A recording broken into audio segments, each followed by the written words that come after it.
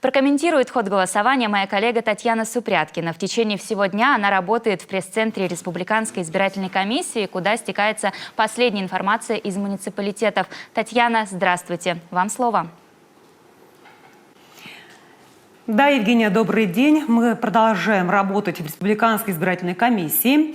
Как вы уже подчеркнули, сюда поступает вся информация с территориальных комиссий. И по данным на 12 часов явка избирателей составила 43,89%. И хочу напомнить еще раз тем, кто не успел отдать еще свой голос и, возможно, по каким-то причинам не знает, где находится его избирательный участок. Узнать адрес можно на сайте Центральной избирательной комиссии. Сервис моментально определяет участок по адресу регистрации гражданина. Для этого необходимо войти на сайт ЦИК.РФ.ру, кликнуть на цифровые сервисы и затем выбрать раздел «Информирование об избирательных комиссиях и комиссиях референдума». В графе «Адрес места жительства» ввести улицу и номер дома, после чего кликнуть на кнопку «Искать».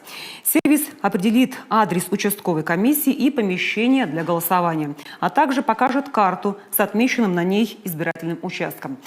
Итак, а сейчас последние новости с мест. Какая ситуация по районам, какая у нас явка избирателей, нам расскажет председатель избирательной комиссии Дмитрий Митюшев. Дмитрий, добрый день. Итак, какие у нас последние новости? Добрый день еще раз. Последние новости таковы. Традиционно южные районы Республики Коми демонстрируют высокую явку при проведении голосования. Это прежде всего Прилузский, Кайгородский, Усть-Куломский районы. Также очень высокая явка в настоящий момент отмечается на территории Усть-Куломского района. Ну и надо отметить, что город Сыктывкар, в том числе Эжинский район города Сыктывкара, перешагнули 50% барьер. То есть явка увеличивается, и это очень хорошо. Осталось 7 часов до окончания времени для голосования. И хотелось бы обратиться к нашим гражданам Республики Коми с просьбой прийти на избирательные участки и отдать свой голос, голосуя за или против поправок в Конституцию Российской Федерации. Ждем вас в помещениях для голосования. Мы сделали все для того, чтобы голосовать было удобно, комфортно.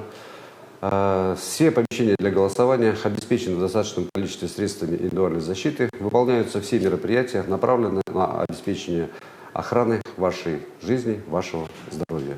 Приходите, мы вас ждем. Дмитрий, спасибо. Итак, Евгения, пока все новости к этому часу, мы далее следим за развитием событий. Спасибо. Напоминаю, что на прямой связи моя коллега Татьяна Супряткина.